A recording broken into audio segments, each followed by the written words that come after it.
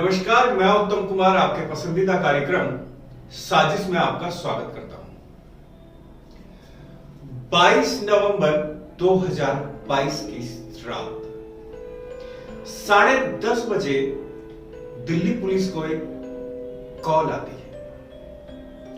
Call करने वाला व्यक्ति अपने आप को राजनगर पार्ट 2 का रहने वाला बताता है। वह व्यक्ति फोन पर पुलिस को जानकारी देता है कि ऊपर की दूसरी मंजिल से कुछ चिल्लाने की आवाजें आ रही हैं। कुछ समय बाद पुलिस जब उस घर में पहुंचती है तो उसका घर का नजारा देखकर सन्न रह जाती है। घर के अंदर अलग अलग जगह 4 लाशें पड़ी हुई थी, जिनमें से 3 महिलाओं की और 1 पुरुष की थी। उसी समय पुलिस को वहां से एक व्यक्ति भागता हुआ दिखाई देता है, जिसे स्थानीय लोगों और पुलिस की मदद से पकड़ लिया जाता है।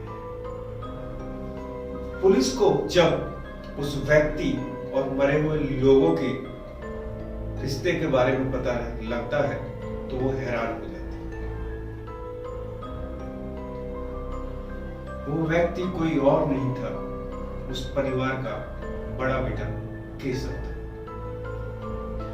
और केशव ने ही उन 4 लोगों की हत्या की थी। राजनगर के पार्ट 2 में केशव और उसका परिवार दूसरी मंजिल पर रहता था।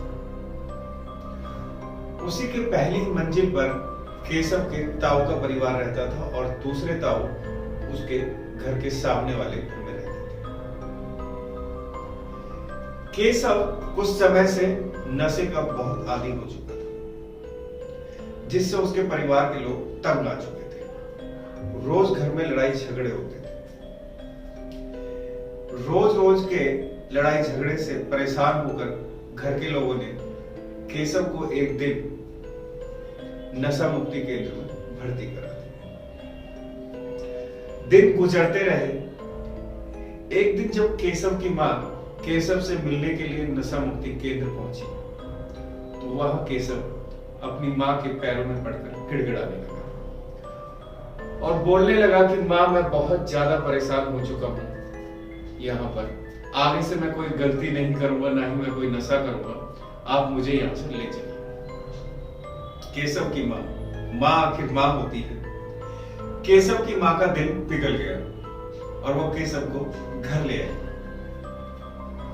कुछ दिन तो अच्छे गुजरे, लेकिन केशव फिर वही पुराने रंग में आ गया और घर वालों से नशे की लत की वजह से पैसे मांग कर झगड़ा करता।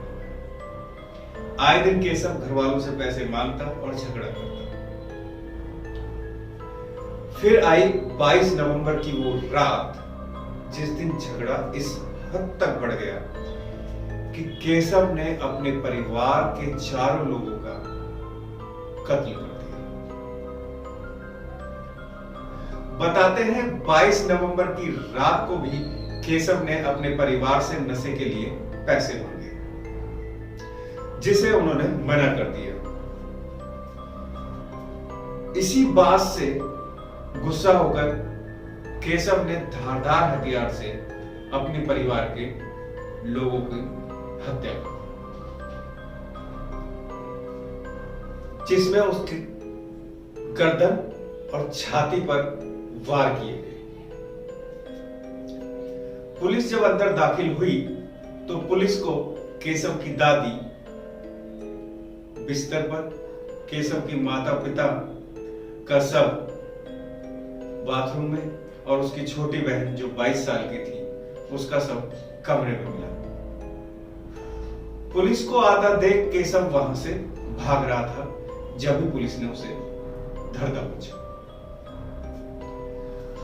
आज के समाज में लोग अपने स्वार्थ को पूरा करने के लिए किसी भी हद तक जा सकते हैं, चाहे उसे इसके लिए अपने परिवार का ही क्यों ना कत्ल करना पड़े। ये थी एक कलयुगी बेटे की कहानी जिसे हमने आपको बताया। अभी तक के लिए इतना ही। आगे भी हम आपको इसी तरह के केस बताते रहेंगे। धन्यवाद।